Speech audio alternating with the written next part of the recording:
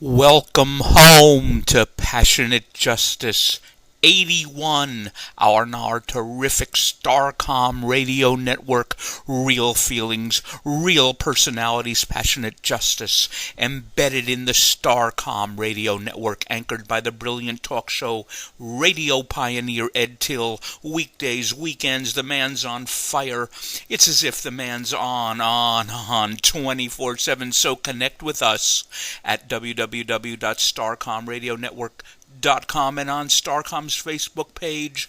Real feelings, real personalities. We broadcast real characters. I know you enjoy Passionate Justice on Starcom Radio Network. Let me know how you hear me.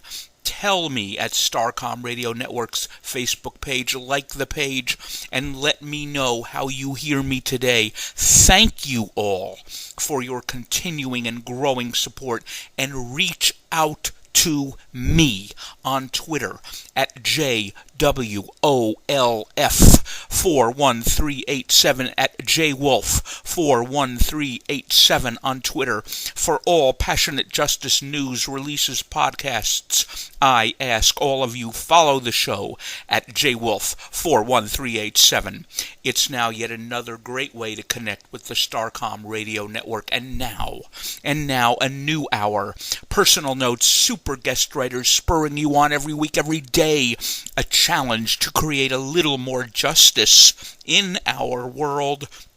And join our salon, the very best readers and writers site on the net, growing and hosted by Lori Wright, and it's free. Join now at www.oursalon.ning.com, www.oursalon.ning.com. I am author, activist Jonathan Wolfman. The spark for these stories, as you know, Passionate Justice, a progressive memoir in essays, is available at Amazon, and I'm so proud to say underwriting for Passionate Justice in 2015 comes from Bud Clayman and OC87 Productions, producers of OC87 RecoveryDiaries.com, and the feature-length film OC87, the obsessive-compulsive major depression bipolar Asperger's movie. Check out OC87 RecoveryDiaries.com. Leading today, we've just passed Memorial Day here in the States, and you'll recall that our Starcom founder Bob Williams' last upfront and outspoken show 1 month back was a 90-minute intimate portrait of the 40th anniversary of Saigon's fall. For Bob and for the rest of you, I share now a Vietnam coming home memoir from New York City's Lou Caviglia. Lou calls this Epiphany of Maturity. Graduation day, 65, top of the world, full-time job, second shift at an IBM corporation awaits. Doesn't matter, it's on the assembly line. Pay, benefits will help support my widowed mom, 2 younger brothers. IBM may even offer to train me in computer tech. As I try out my best mature face in the mirror, reveries broken when my family beckons. The 4 of us walk the 5 blocks from our apartment to the high school. 1,000 days will pass before a town called Phulam changes my life forever. My first anniversary at IBM was fast approaching, as was my draft status. Rather than wait for the inevitable, I enlisted. While enlisting meant 3 years instead of 2, at least I could choose where I wanted to be. Chose Army Hawk Missile System maintenance. Began basic at Fort Dix in August '66. My assignment after basic was Fort Bliss missile training, one of the top 3 in my class, assigned to be an instructor. I stayed there in that position for 13 months before I decided to aim for additional skills with IBM in mind, data processing. High hopes when I returned from the service I'd qualify for a better position at a higher salary. Had my family to support, After graduation at the 2-month school at Fort Bend Harrison, received orders to report for duty in Vietnam. Before my journey began, I was given leave to visit home, all too short, much left unsaid. What if I didn't return? How would my mom support herself? And my younger brothers? They had always relied on me, and now here I was going into the unknown across the world. My heart heavy. I had no choice. Even now it's a pain-filled memory. 2 weeks later I arrived in Phu Lam, assigned to the Signal Battalion of the 1st Signal Brigade. Phu Lam was a large village with schools, churches, stores, the like. Because of the Phu Lam Canal, it was also the hub for the movement of rice from the southeast to Saigon. I took care of electronics parts for the American military communications. I settled in with the rest of the guys, working our shifts, dealing with the occasional attacks, going off base into Saigon 10 kilometers away on free days. It was risky, but base cabin fever, it was terrible. The village could also be dangerous, more so during evening. When we couldn't take the green school bus into Saigon, we'd walk around Phu Lam during daylight, checking it out, taking pictures. It was on one such excursion that some friends and I stumbled. When we couldn't take that green school bus into Saigon, we'd walk around Phu Lam during daylight, checking it out, taking photographs. It was on one of these excursions that some friends and I stumbled. We stumbled on a makeshift children's home. This brick house was home to approximately 12 children and a few volunteer mama-sans who took turns feeding, caring for these kids orphaned by calamity. The mama-sans saw it as their Christian duty to volunteer clothing, food provided by donations from the local Church of St. Jude's parishioners. Offerings included buttonless, zipperless pants, small handkerchiefs of rice. The poor giving to the poorer. I knew poverty, but this was well beyond my experience. We walked back to the base in silence, wiping our eyes, blaming the heat and the dust. No one spoke about our discovery until that evening when my buddy Pat, a professional photographer from California before being drafted, spoke up. Guys, paydays are charity days, and let's ask the men for some money to help support these kids. Lou, you're the great convincer. Why don't you try getting permission from the colonel? And so a week later, the colonel, his Vietnamese interpreter, and myself, we climbed into his Jeep so he could see for himself what we were up to. We proposed that the American soldiers would set up a fund to pay the mama-sans with a Vietnamese teacher's salary to care for and educate the kids. This would ensure that the little ones would have some continuity in their disrupted lives. The American Soldiers Charity Fund would also pay for the mama-sans to cook healthy meals for them. I was elected operations manager for the project. A teacher's salary, in Vietnam was really very good money by Vietnamese standards. The mama-sans, they were enthusiastic. We soldiers, especially the ones with kids back home, took it upon themselves to visit the children on our free time. We played games, fed them, rocked them to sleep. We loved them. We loved them. We were the closest thing to a dad or big brother they had, and in some way we felt that we belonged with them. They filled a void in our uncertain lives as much as, we partially filled that void left in them by war. And one child in particular, whom the mama-sans named Little Flower, instantly stole my heart. None of the children had names, or if they did, they'd long forgotten or blocked them out. The mama-sans gave her this name because she was so delicate. Little Flower couldn't have been more than 2.5, maybe 3, shiny, straight black hair, cut into a page boy, and the largest, darkest almond-shaped eyes I'd ever seen, always smiling, belaying whatever tragedy she may have experienced. Little Flower loved me to cuddle her. I loved cuddling her. She'd dress in the standard Vietnamese child's clothing, pajama-like tops and bottoms, cloth with matte-soled little shoes. Each time I arrived, she'd run with her arms out to greet me, scoop her up, hug her. She loved cherry-flavored lollipops. I'd bring them whenever I could. She loved chocolate as well, and whatever care packages I received from the States that had chocolate in them went directly to the little kids, Little Flower and the others. Like most toddlers, she'd enjoy playing with blocks and putting together simple puzzles. The American soldiers saw to it that the children had games and toys to play with. I brought Little Flower a small teddy bear with a white belly, which she immediately named Choo Choo. She loved sleeping with it.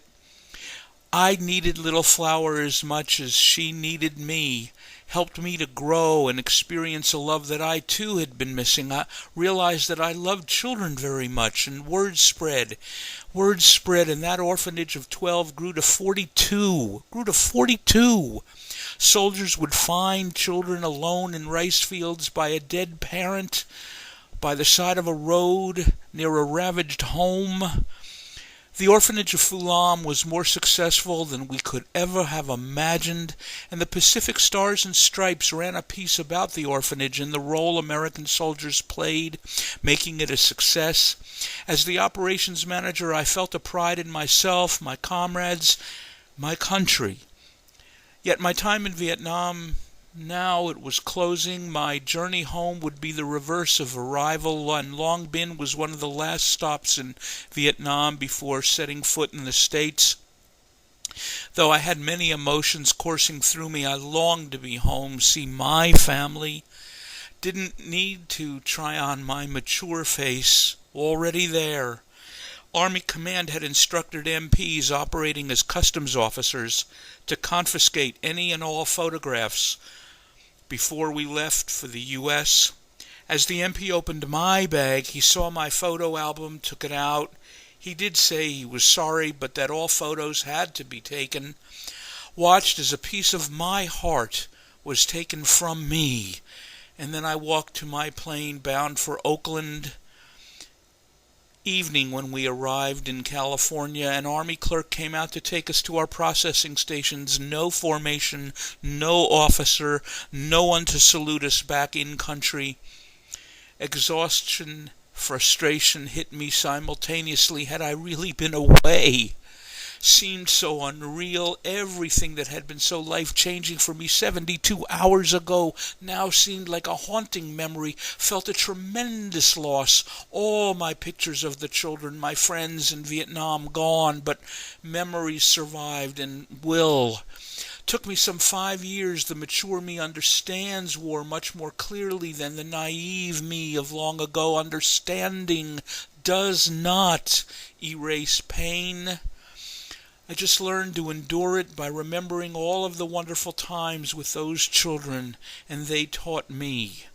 They are the future, and we are responsible. Now, when you next hear a war remembrance as powerful as this, I want you to send it to me, and I'll likely air it. Send it to jonathanwolfman01@gmail.com. And you're listening to Starcom. Now dig this from Marie Chambers. Marie Chambers. It's a piece published originally in perhaps the finest online literary magazine, Talking Writing. And yes, I have been privileged to have been published early on in Talking Writing. This piece from Marie Chambers is called Some Brighter Other. On one of those animals in the wild, caught between themselves, caught being themselves shows. I glimpse the death of a baby water buffalo. A crocodile has slithered unnoticed across the shallow waters and caught the calf in its jaws. The river is dark as cola, gleaming in the midday heat. A very slight breeze. A very slight breeze snakes through the trees in the background, and Africa seems greener than paradise, were it not for the sotto voce announcer offering grim details about the life expectancy of each species. No one would suspect anything calamitous has occurred, but it has. Perhaps the rest of the herd can tell the calf is headed to its death. There's no group reaction, but the mother stays with her little one, licks its nose, leans her head close to its muzzle as the crocodile devours its body. The commentator reports it takes an hour and a half for the calf to be eaten. The other water buffaloes amble farther down the slow-moving stream. Only when the baby's head is submerged in the water, its long slide to death complete, does the mother turn to rejoin the herd. The crocodile slithers away and disappears. I suppose this video will be accessible for years to come. Life will be conjured and destroyed every time it plays. All of us who happen upon this vista, this child, this mother, this predator, will choose a name for this narrative. We'll take sides, we'll shrug our shoulders, or shake our heads to chase away the grief of bearing witness. But no matter how we may wish for the baby water buffalo to reappear in a kinder, gentler body of water, to live again on some alternative earth, an earth adjacent to the one he splashed through moments before, the calf remains lost. My wish for some brighter other world is not reasonable. The world is the world is the world, I tell myself. Fantasy provides little balm for the powerless. I retrieve the morning paper and move toward breakfast, acknowledging the sunlight that floods my kitchen table. But an ache trails me through the pages of the New York Times. Children's corpses rot amid sunflowers or crumple on white sand beaches. Rocket smoke veils the moon and stars. I can't help myself. I stir cold coffee and dream of a galaxy where there is no word for explosion. Now that Marie Chambers is so powerful. Marie is a Southerner by birth, an Angelino by choice. Her work, as I say, has appeared in Talking Writing and The Quotable, Atlanta Review, and is forthcoming in Printer's Devil Review and the Illinois Review. Thank you so much, Marie. Now, my Starcom colleague, Lori Zook, host of Half Full, Half Empty Friday afternoons, 5 Eastern. In addition to her work as a credit educational consultant, Lori's a passionate animal rights advocate, deeply concerned by what she sees as a lack of caring social consciousness by Jim Buckmaster, CEO of Craigslist, as to the lack of enforcement of Craigslist's own policies regarding pets. Craigslist website states that pets cannot be resold. They cannot be sold. They can be rehomed for a small fee and should not be offered for free. There have been multiple petitions sent to Craigslist with hundreds of thousands, if not millions of signatures. No response. Anyone reading Craigslist in any city, any state, will see the violations. That's how rampant they are. Pets are listed for free.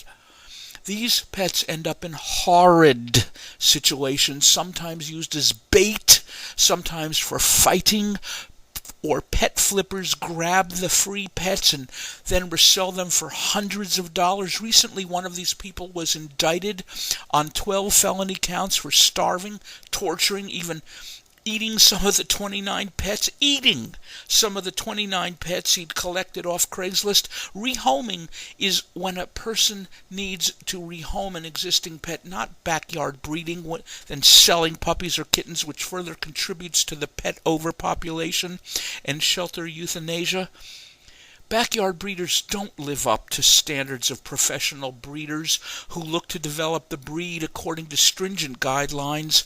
Backyard breeders are in it solely for the money. Professional breeders do not sell on Craigslist. Backyard breeders tend not to vet their animals, so often pets are sick, costing the buyer thousands in vet bills. If the animals survive, most states require a certificate of health be given when pets are sold, and most states require pets be at least 8 weeks old. Far too many wanting pets study Craigslist, thinking they'll get a deal. More often than not, they're ripped off.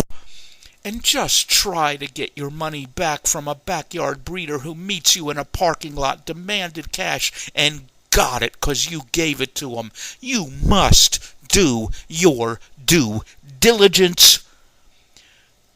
You have a better chance of getting a healthy pet through a reputable shelter or rescue. Craigslist CEO is their lead programmer and fully capable of creating a program in their community pets section to enforce their own policies, but they choose not to do so, nor do they admit to any liability by not enforcing their own policies. Instead, they rely on readers to flag prohibited listings, but apparently it takes 50 flags to pull down a prohibited listing, so it's useless.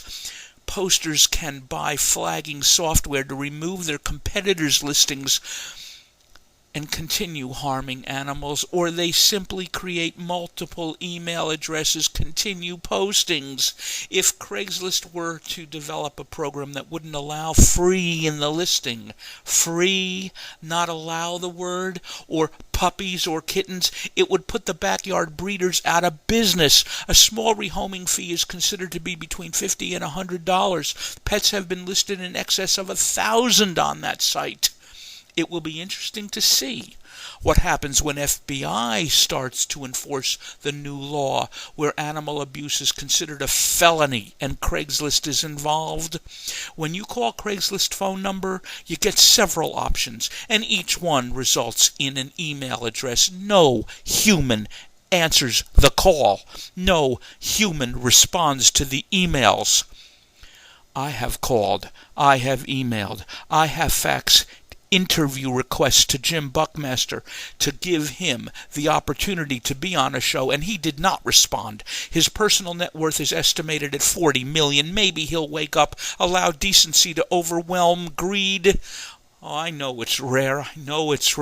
Jim Buckmaster, Craigslist, we all are waiting to hear from you. I want to thank Lori Zook for this, and later today I'm going to share with you a piece I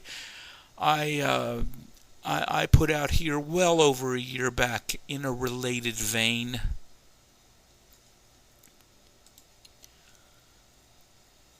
You know, any small businesswoman, activist like Lori Zook, my colleague, taking on a behemoth like Craigslist, I gotta say, if that doesn't earn respect, people, wow. And now to poet Walter Worden, a Hudson Valley, New York poet, author of a recently published collection, This Land and Every Stone. First, Walter Worden's The Prodigal. This is the land that knows me. It has felt my small shadow fall upon its breast and has called to me through the wide breach in the low hills. I have heard its soft voice hovering over the spine of the Shawgunks over cliffs and clove, calling the eagle home. Its face is the feeble light seen across the open field, burning through the stubborn mists. Contentedly the green river curls at its feet, and here now I stand, in the snow and torrents and the certain rage of every season. Yet how little I have suffered, how small my long journey, knowing that in my quick and rude return this land and every stone would still forgive. And here's Walter Warden's Nobody Says Revolution. Nobody says revolution, but the lines get longer. The cash cows graze on the good greens, and the city streets grow hotter each day. Plastic patriots put their mouths where their money isn't, and the ones who know better stay cozy in their alabaster visions. Armies move constantly into position. In other parts of the empire, the faces of false presidents decorate crumbling walls. Their eyes tell the secret stories of the missing and the misplaced. Under multiple flags, the factories flourish. The last song of freedom plays on a loop, filling the neighborhoods with constant sound. The brave are packing up their cars. The few resistors whisper to each other in dark, unheated apartments. Somebody somewhere turns off the TV, and now the silence is threatening. The silence is accusing. A few people gather in the park. They stand with their shoulders touching. They stand all night, even in the rain. They stand with their mouths open, but nobody says revolution. Nobody makes a sound. And finally, from Walter Warden, Lost Hymn for the Middle Class. We of the earth work daily for food, for faith, for the little breaths between the terrors. The market takes its shaky ride as we of common stature keep our stride, our souls to the wheel. We came up proudly in the boxes our fathers bought on the GI Bill, outfitted with carports and plastic pools. We rode high with Glenn and rebelled with Dean. We watched the Beatles sing our lives on Sullivan. We found our faith in the green hell of the Mekong, our brotherhood in the muddy fields of Bethel. Now billionaires vacation all year in Ibiza and purchase politicians at wholesale prices. In summer our kind collect in inner-city parks and suburban backyards, our quiet legacies lost in the smoke of weekend beer-charged barbecues and burning plans. The Rotarians march every 4th of July, and like our fathers, we die at 50. Thank you, Walter Warden. Now, back to Baltimore, way back. In Daily Kos, writer Bob Simpson wrote a long piece on something you really need to know about, and I've excerpted and retailored part of Bob's piece. And first I want you to dig these lyrics. He calls the piece something else, but I'm calling it When White People Rioted in Baltimore. Dig these lyrics. The despot's heel is on thy shore, Maryland. His torch is at thy temple door, Maryland. Avenge the patriotic gore that flecked the streets of Baltimore, and be the battle queen of yore, Maryland, my Maryland. Well, those lyrics are the opening stanza of Maryland, My Maryland, the official state song of my adopted state. The song celebrates an 1861 riot in which Union soldiers traveling through Baltimore to defend Washington, D.C. from a possible Confederate attack were assaulted by a pro-slavery mob. The despot in the stanza that you just heard is President Lincoln. The song memorializing a riot by white racists goes on for 8 more stanzas, exhorting Maryland to secede from the Union. The song became a hit throughout the Confederacy, and Confederate General Robert E. Lee had his army play the song during the 1862 invasion of Maryland, which led to the Battle of Antietam, and the single bloodiest day in our history, much bloodier than, say, D-Day. Maryland's Civil War. Within the Civil War, Maryland, one of the first slave plantation states, very divided on the issue of secession, those sotweed, those tobacco plantations, largely in southern eastern Maryland. South of the Mason-Dixon, north of the emerging Confederacy, Maryland was in a tough spot. Baltimore in 1861 was a conflicted city, home to 25,000 free African Americans and a number of white abolitionists and unionists, but Lincoln had gotten very few Baltimore votes.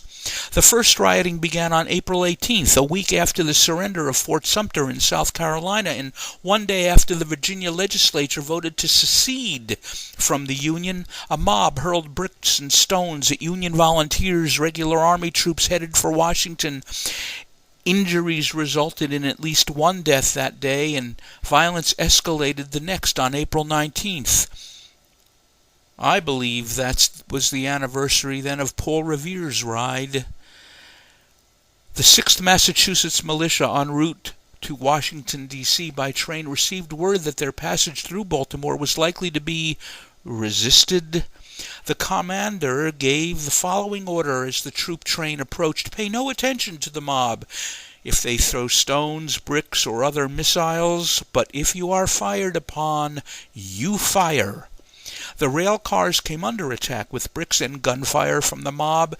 Troops returned fire before disembarking to begin what became a bloody march down the streets of the city of Baltimore, screaming taunts, "Kill the white niggers!" Rioters continued attacking the soldiers with paving stones and pistols, while beating some of them senseless. They also smashed store windows along the way, looted gun shops. Snipers fired at U.S. soldiers from rooftops. It was only when Baltimore police formed a line behind the marching soldiers and threatened to open fire on the mob that soldiers were able to reach the comparative safety of a train station. Later that day, a mob destroyed the offices of pro-union newspapers. The violence resulted in 4 deaths among the soldiers, 12 among the rioters. Among the wounded were 36 soldiers, countless civilians, countless. In May, martial law was introduced, and Maryland, my Maryland, lived on even after the Civil War was over. Despite its celebration of assault, murder, property destruction, looting, all in defense of white supremacy and slavery, the song did not die. The Maryland legislature made it the official state song. How many years after 1861? Tick-tock, tick-tock, you guess. This song, a paean to white racism, in which the President of the United States is slammed, was made the official Maryland state song in 1939, and it remains the state song of Maryland today. Kids learn the first 2 stanzas to Maryland, My Maryland in grade school, and they did when schools were segregated, and they do now.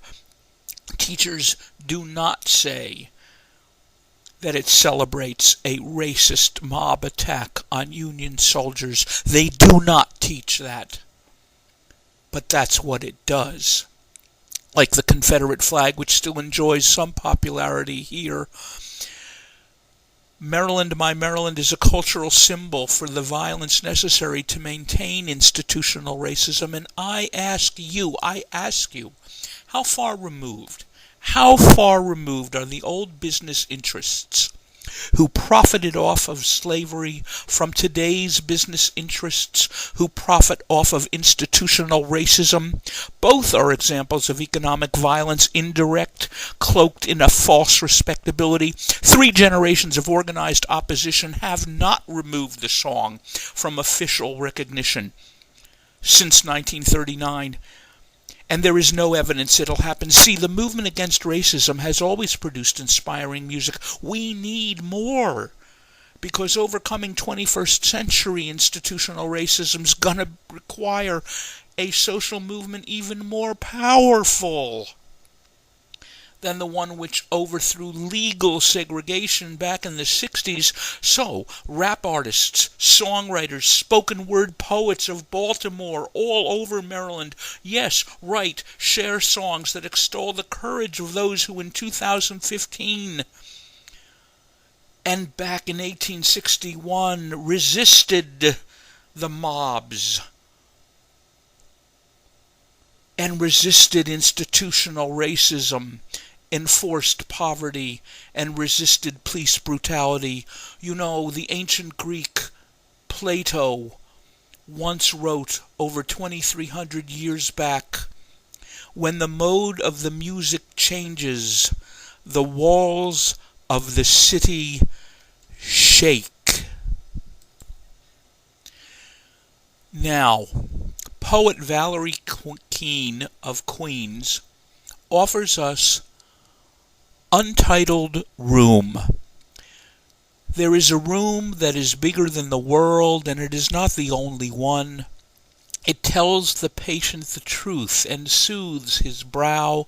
In some rooms a father sits at a table and blesses the meal. In another room a lotus is placed in a hand. The rooms have different sections. In one a dragon is breathing. In one a young boy prepares for combat. In the last a woman respires on a couch and knows. On the ceiling a man floats in the air, extends his head and touches eternity with a finger. On the west wall hang the heads of many dragons who have stayed in the room too long, and they breathe next time. There are white liquid windows and a green mossy floor. The streets outside of them are long and lead everywhere. Those who arrive in a room are resting there after their summons and their shock. They pick out the parts of the mind that don't work, are not needed, and they evaporate. On the floor, hair grows long and thick and is washed over lost lovers' faces. There is a room within a room where rooms cease to have any meaning at all. It is something like a mind, something like a rose on a chest.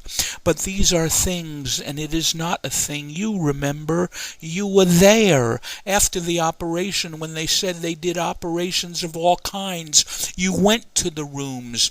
You dialed the operator, consulted the Tao, and watched the scalpel slip from his hand, and suddenly you were having Sunday coffee, waving the school flag, and at tall ships holding your mom's hand full of grains of sand, and discovering the room that is bigger than the world. How you felt love and were love, and ran to all the rooms, and relinquished your class. And the rooms enveloped you and filled in all your spaces, and you became the universe. You became the first 2 atoms at the beginning of time. Wow. Valerie Keene's Untitled Room was published in Newtown Literary Journal, issue number 4. And now, Valerie Keene's Hush.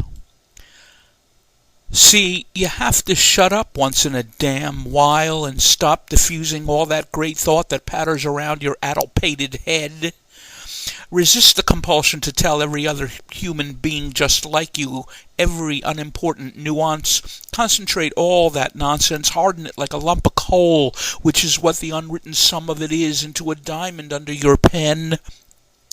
Don't shut yourself off necessarily, just up, and preferably in a simple structure, alone and surrounded by water and wood, and sit in a good chair, very old, that makes your back ache, so you know you still exist, where you have a chance at discovering how truly and freakishly big a woodpecker's head is, and you can laugh to only yourself, of course, at the possible euphemism, and toss it off, or not. What do you care? Except that you do. And now you can stop trying to prove it with all that energy all the time. My word, why waste it there when you should be pumping it into wild napping fits? And the absurdity of eating when you're hungry, and listening to the throbbing thunk of acorns falling on lake slopes carpeted with pine needles, and stopping clocks with a flick of your wit.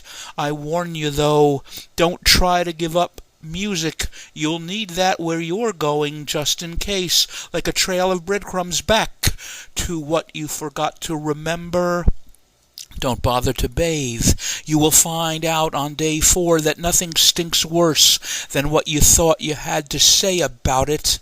You won't be lonely. There are chipmunks for playmates, and old lovers who drop in unexpectedly for dinner, or when you are staring at lily pads, and they'll creep up behind you and scare the bejesus out of you with their suicide attempts and their mixed tapes. God, you're still so beautiful, they will say. Answer. Tell me something I don't know, and go back to searching for minnows. If the wind is up, take out the canoe and row as hard as you can against it. There will be a moment when you panic, your boat spinning in circles despite your strong arms. When this happens, pull your oar in and let the current take you across to another shore.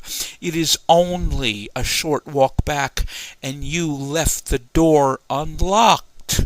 Above all, don't talk to God. He is so tired of your details and your desperate gratitude. For once in your life, deserve to be there. For once, hush up and listen to Him, to anthills, to the sun rising, to evergreens ever growing. It doesn't matter. It's all the same. He made it all, so He doesn't need you to point out needless distinction. Just go back to hearing fish gulp bugs and frogs chuckling at your poorly made campfire, blazing like you will be when you finally return, worn out and silent, having found your voice by losing it, your notebook stuffed full of stars. Wow. And wow. Valerie Keene. And now poet Denise Lippert of Goshen, New York. This piece is called Shattered. Mr. Evil is around the corner, watching, seeking for his next prey, his hourglass eyes buried behind the veil. Destruction's the game he plays, the leader of the pack, camouflage from the world. Deception, his disguise, worn well, the liar, the hound, the badger, his victim, fear imprinted on the soul, lost and no return, light worker in the distance, with her watchful eye of the intimidator. He has arrived, shame on you, bully is the name I give you, the web you weave. Rob the innocent, pain is the life she walks, suffering, distress, damaged goods is what has become of the human life, alone and sad, distraught, bleeding from the inside out, shattered, scars left, broken is how she walks, whispers of laughter, sheltered, friends no more. He comes along, wipes the hopes and dreams, he smiles, job well done. Her sunshine turn dark, the rainbow is no more, the ocean in a breeze, all wiped away along with her spirit. The next day, stillness in the air, she found a way out of the emptiness that she faced day in and day out.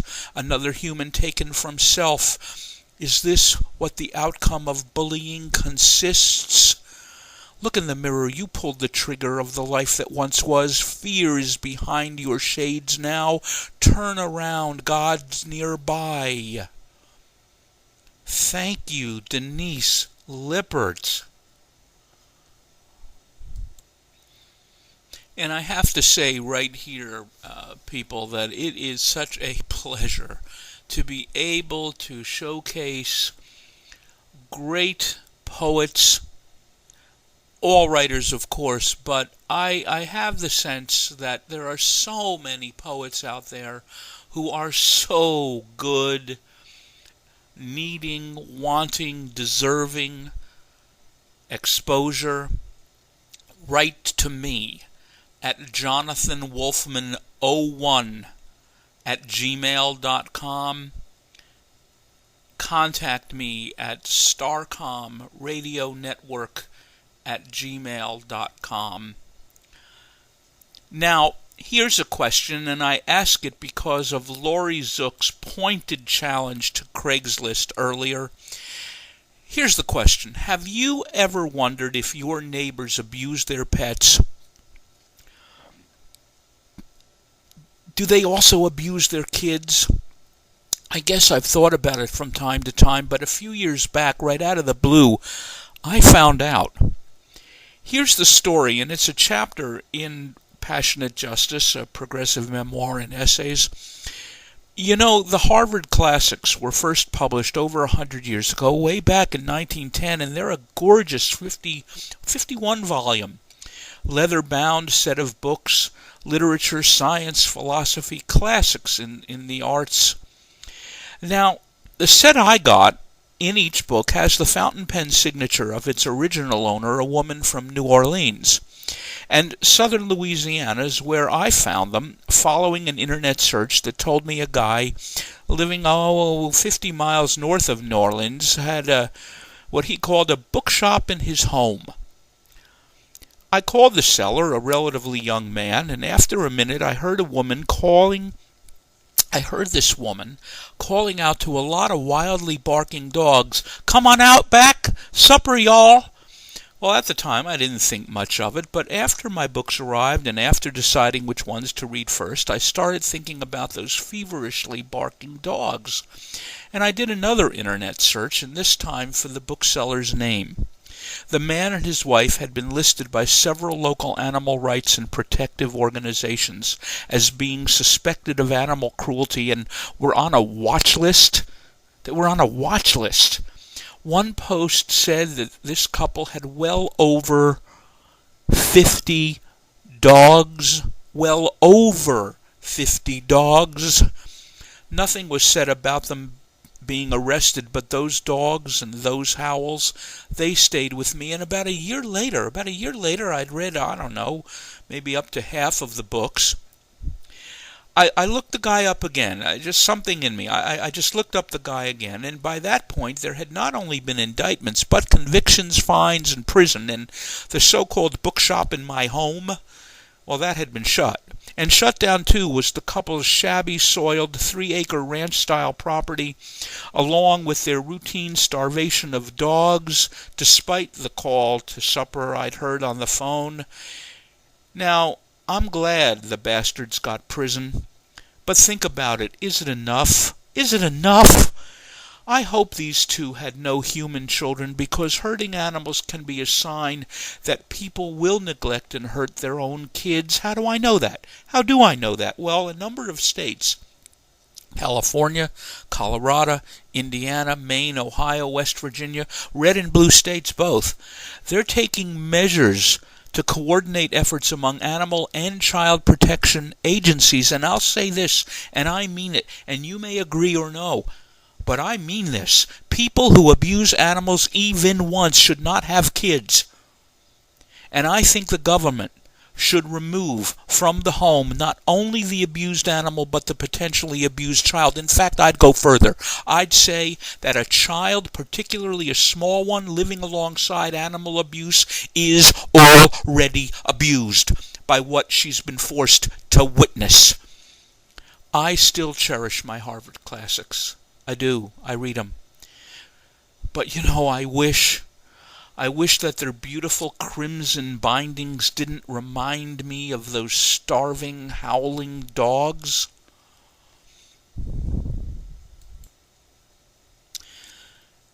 And here is Gloria Caviglia of New York with Shake Your Bonbon.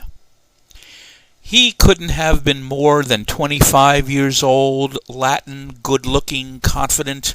The minute he walked in, I caught my breath and blushed. He sauntered right past me with those tight Latin buns poured into those tight jeans, and I blushed deeper. Christ almighty, why are you doing this to me, and in church of all places?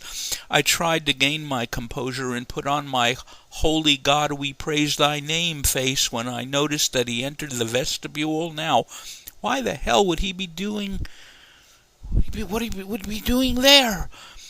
That's where the pastor, Father Schwartz, was right at this very moment, putting on his vestments to say Mass. I really didn't care for Father Schwartz. He was tall and hovered over you when he talked, and I hated that because he had bad breath and white stuff gathered at the corners of his mouth. Ugh! As I tried to shake off my not-so-holy thoughts, the bell rang, signaling the entry of the celebrant and the start of Mass. We all stood up. The choir began their drone of "Now thank we all our God," and as I look up, who's coming down the aisle but the Latin lover in priest robes behind the altar boys? My heart is pounding and my ears are burning. I'm thinking that this is ridiculous. Why is this guy ungluing me? I can hear myself reciting the prayers. Thank God I know them because my eyes are blurry and I'd never be able to read from the daily worship missal. As we sit down as a unit after the gospel, Mr. Sexy Latin goes to the Sermon Mount and begins, "Some people come to Mass but are unable to embrace the goodness of the Lord." Now I'm upright in the pew and all burning ears. He speaks the perfunctory 7 minutes so as not to bore the churchgoers, but I've already made up my mind. A priest who gives the sermon should be young, sexy, good-looking, and Latin. Amen.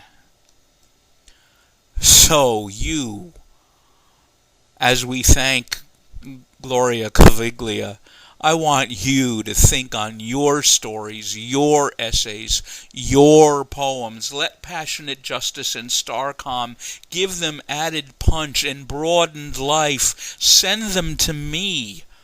Send your work to me, JonathanWolfman01@gmail.com. And yes, follow this program on Twitter at JWolf41387, because you've got so much more. You have Passionate Justice embedded in the full range of diverse, poignant, compelling programming at our Starcom radio network. Real feelings, real personalities. We broadcast real characters, all the while you keep trying to live as if justice matters, as if what your kids and you do matter. Be creative, courageous, take your place on that great Mandela. Next to all our wonderful writers, because this is our brief moment of time. Take your place next to those writers and next to me. You know, Phil Oakes, that tortured man. Phil Oakes said, "I guess I'll have to do it while I'm here." He was so right. You go repair this crazy place, and you can, because I promise when you act on justice's behalf, it does pay back, and it will most definitely make you happy. For our 82nd at 3 p.m. U.S. Eastern Time on the Starcom Radio Network. And right now, follow the show on Twitter at JWolf41387, because there and everywhere, it's Passionate Justice.